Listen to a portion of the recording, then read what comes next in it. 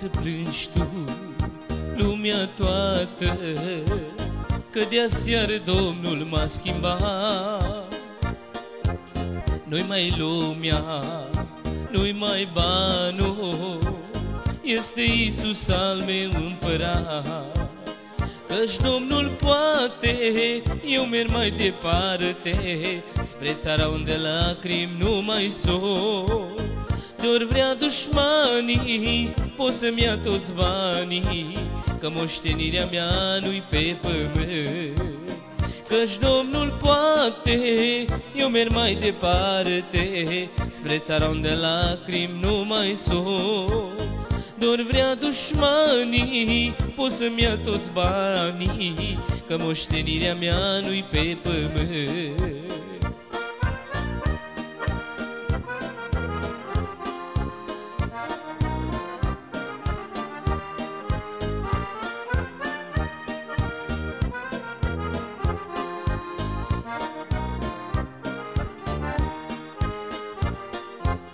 Cine poate bucuria să-mi o ia vreodată din pieptul meu, când el, Domnul, mă înconjoară, fie slăvit în veci numele Său.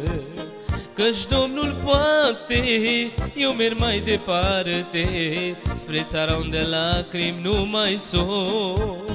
De-or vrea dușmanii, pot să-mi ia toți banii, că moștenirea mea nu-i pe pământ.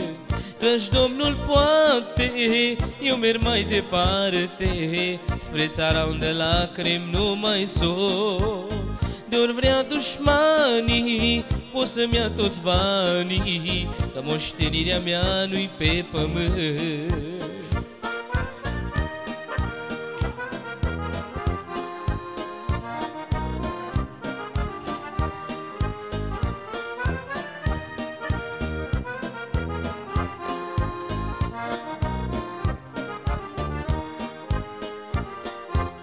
Zi și noapte vreau să-ți cânt, de acum până în veci de veci. Doar tu ai rămas când mi-a fost greu și niciodată nu mai vreau să pleci. Căci Domnul poate, eu merg mai departe, spre țara unde lacrimi nu mai sunt. De-or vrea dușmanii, pot să-mi ia toți banii, că moștenirea mea nu-i pe pământ.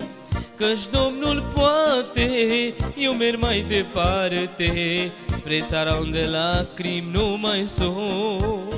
De-or vrea dușmanii, pot să-mi ia toți banii, că moștenirea mea nu-i pe pământ.